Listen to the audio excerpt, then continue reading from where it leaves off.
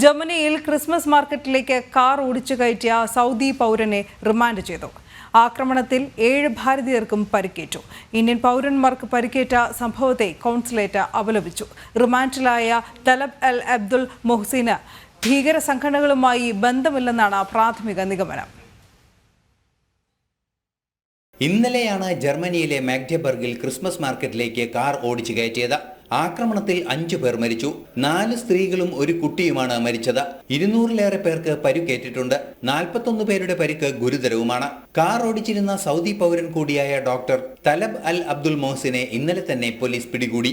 കോടതി ഇയാളെ റിമാൻഡ് ചെയ്തിരിക്കുകയാണ്.